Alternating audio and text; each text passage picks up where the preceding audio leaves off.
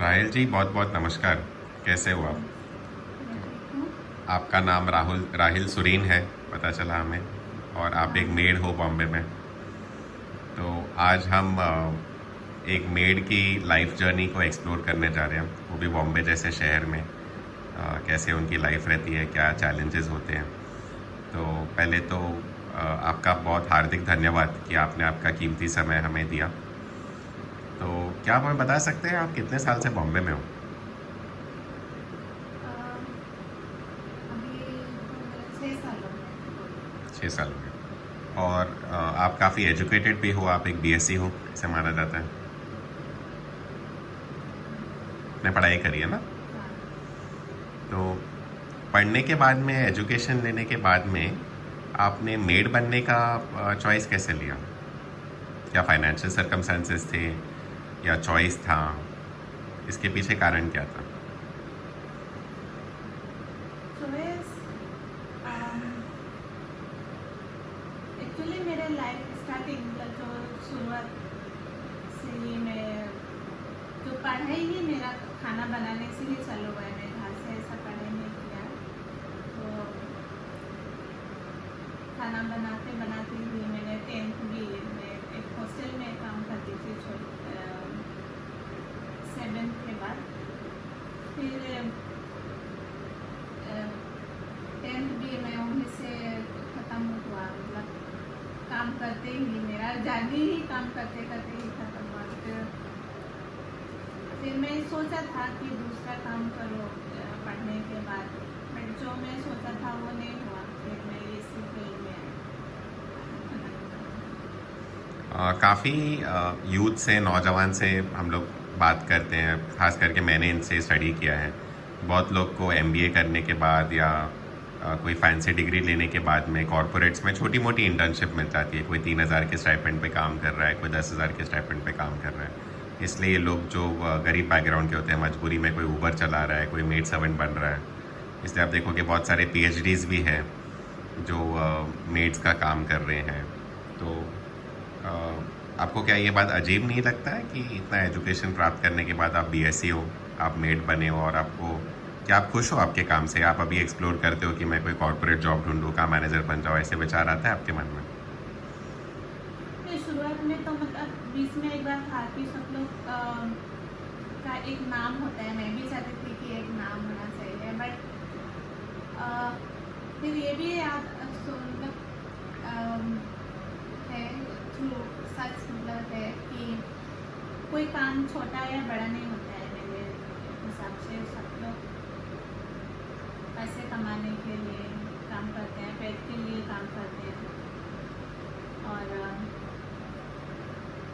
सब काम को मैं रेस्पेक्ट करती हूँ। खाना बनाने वाला हो या साफ सफाई हो, कुछ कोई भी काम, मैं हर एक काम को रेस्पेक्ट करती हूँ। और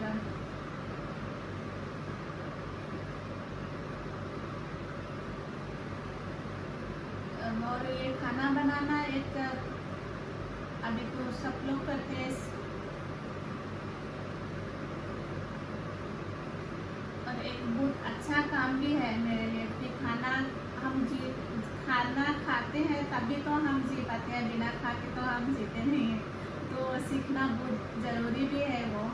नहीं नहीं, वो मैं समझता हूँ कि आपने हम्म। काफ़ी स्किल्स एक्वायर की, आपने कुकिंग वगैरह सीखा। और कुछ दिन पहले आपके कलीग मुझे बता रहे थे कि आपको थोड़ा बहुत नर्सिंग में भी इंटरेस्ट था।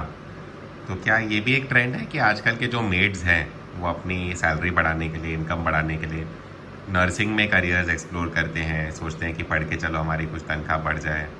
कि ये लोग संतुष्ट रहते हैं, कंटेंट है कि जो हम लोग मेड सर्वेंट से काम करते हैं उसी में हम सेटिस्फाइड है? इसके ऊपर आपका क्या राय है? काफ़ी लोग नर्सेज भी बन रहे हैं।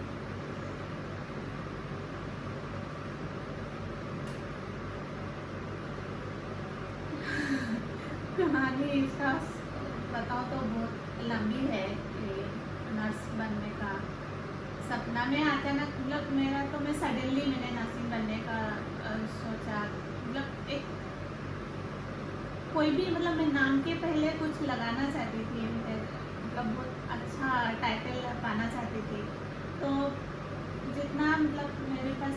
कैसे है, मैं क्या करूँ वो मुझे समझ में भी नहीं आ रहा था शुरुआत में, मैं बनूँ क्या बनूँ, क्योंकि मैं जहाँ से बिलोंग करती हूँ वहाँ टीचर नर्स के अलावा और कुछ नहीं बनते हैं, मतलब और उसके अलावा हमको नॉलेज भी नहीं था कि और क्या क्या बनते हैं ऐसा। तो या तो टीचर बनो या तो नर्स, ऐसा मेरा मन में था। अच्छा। तो हाँ, तो फिर लेकिन मुझे कुछ तो टाइटल मतलब मुझे पाना चाहती थी अपने नाम के पहले, तो इसलिए सडनली मेरे बहन गई तो मैं भी फिर मैं सोचा एक लाइन पे मैं चली जाती हूँ इसमें, क्योंकि पढ़ाई के बाद मैं क्या बनूँ ये मेरा मैं सोच नहीं पा रही थी, तो इसलिए मैं गई। तो मुझे जब ज्वाइन किया तो मुझे बहुत अच्छा लगा उसमें, बहुत मन था कि मैं नर्स बनूँ, बट वो भी मेरा अधूरा हुआ। क्यों अधूरा रहा, किस कारण से अधूरा रहा? मुझे हेल्प के लिए कोई मिला नहीं, मैं बैंक में भी गई थी कि मुझे एजुकेशन लोन मिल जाए, बट मुझे फाइनेंशियल रिसोर्स हम समझते हैं, वो काफ़ी लोग की तकलीफ होती है।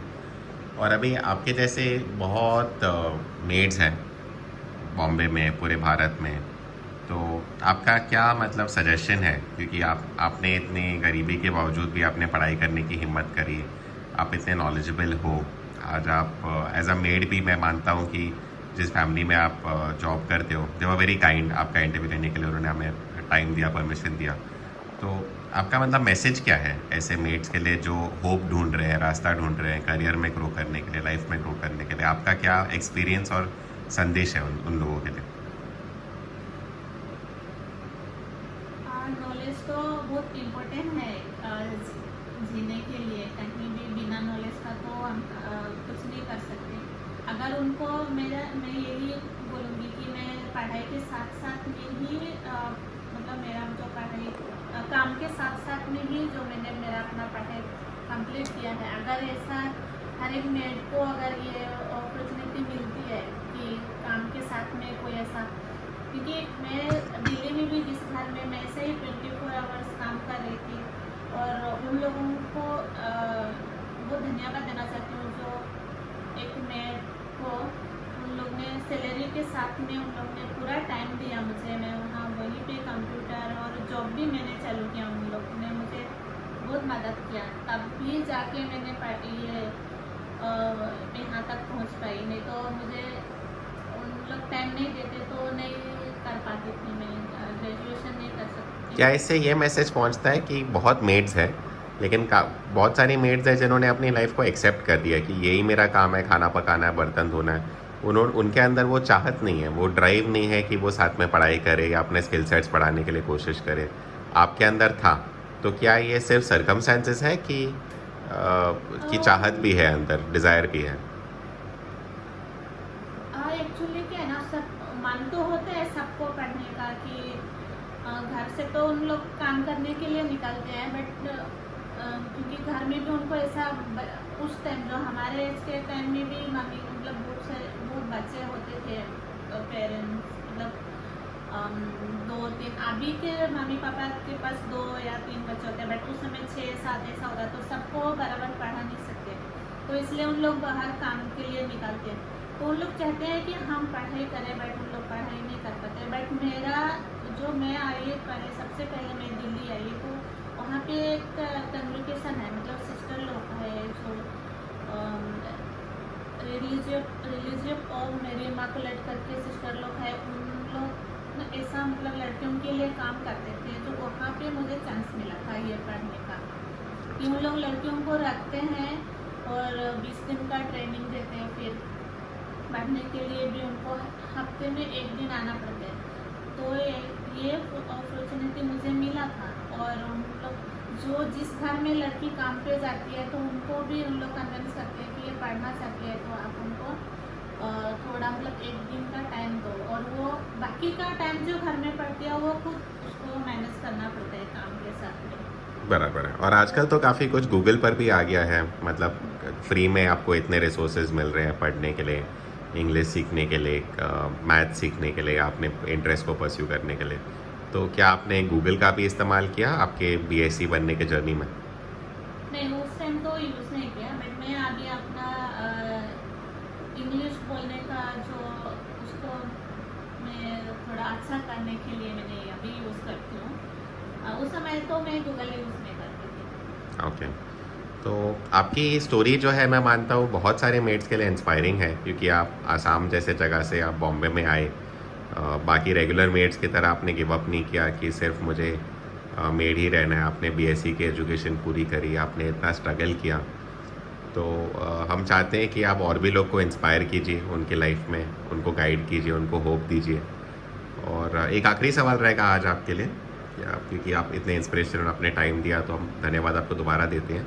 एक आखिरी सवाल है कि आप कहा जाता है आपके फ्रेंड्स द्वारा कि आप रोज़ सवेरे बाइबल पढ़ते हो, भगवान को प्रे करते हो। तो क्या आपको लगता है कि आपके एफर्ट्स के अलावा आप एक भगवान का भी रोज़ मदद ले रहे हो कंसिस्टेंटली, आपको हेल्प करने के लिए आपके करियर में और गोल्स में?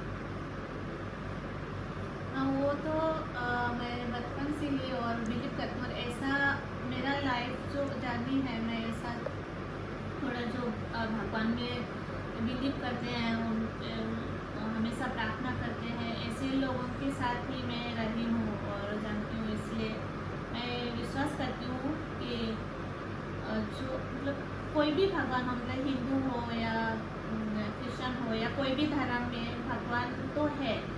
वो जो मांगते हैं, जो प्रार्थना करते हैं, जो पूजा पाठ करते हैं, अगर विश्वास करो कि ये भगवान जिंदा है तो वो सब सुन सकते हैं। वो एक बहुत बड़ा बिलीव है, विश्वास है कि हम सच में एक सुनने वाला और हर तकलीफ को दूर करने वाला ईश्वर को हम पूजा कर रहे हैं। ऐसा अगर हम ये सोच के हम पूजा करते हैं या मांगते हैं माँ विश्वास के साथ में कि हम जब प्रार्थना करते हैं और वो हमारे नज़दीक है, वो सुन रहे हैं, तब ऐसा अगर हम प्रार्थना करेंगे तो वो जरूर पूरी होती है, ऐसा मैं विश्वास करती हूँ। तो ये कोई भी मैसेज अगर मतलब कोई भी क्वेश्चन की जवाब चाहिए होता है और नहीं मिलता है, तो ये कहा जाता है क्रिश्चियन धर्म में कि हर एक सवाल का जवाब बाइबल में है। तो इसलिए मैं, और एक कनेक्शन होता है, तो वो वचन के द्वारा हमको बताता है कि भगवान हमसे बट बात क्या करता राहिल जी, है। क्या क्या ये भी एक सच है कि जो गरीब होते हैं, जिनके पास पैसे नहीं होते हैं, उनका कनेक्शन गॉड से ज़्यादा स्ट्रांग होता है, क्योंकि उन्होंने ज़्यादा प्रॉब्लम्स देखे हैं और वो ज़्यादा प्रार्थना भी करते हैं एज़ कम्पेयर टू समवन जो अमीर है और जो अच्छे घर से है, क्योंकि उसको तो काफ़ी सुविधा मिल रही है। ऐसे नहीं कि तकलीफ़ नहीं है उसे, अमीर लोग को भी बहुत तकलीफ़ होती है। बट गरीब लोग तो हर समय भगवान पे ही भरोसा रखते हैं और इंस्पिरेशन लेते हैं। तो क्या आपको लगता है ये बात में भी कुछ सच्चाई है, और क्या ये आपके लाइफ को अप्लाई करती है? अ, भगवान मतलब बाइबल में भी ये लिखा है कि मतलब जब हम को तकलीफ नहीं मिलता है तो हम प्रार्थना करना भूल जाते हैं। जब गरीब लोग यही एक उनके पास रहता है कि हम भगवान को याद करें, पूजा करें, तो वो हम लोगों को देगा। तो इसलिए उन लोग ज़्यादा नज़दीक रहते हैं, मतलब प्रार्थना करते हैं। और जब पैसे हो जाते हैं, सुख सुविधा सब कुछ होता है, तो हम इतना ध्यान नहीं देते भगवान को। ठीक है, कितना इंस्पायरिंग आपने मैसेज दिया है सभी मेड्स को और सभी वर्कर्स को बॉम्बे में, कि हमेशा श्रद्धा रखो भगवान में। ठीक है राहिल सुरीन जी, मैं आपका और वक्त नहीं लूँगा। आपका तहे दिल से हार्दिक धन्यवाद और थैंक यू सो मच। दोबारा जुड़ेंगे हमारे अगले वीडियो में। Thank you.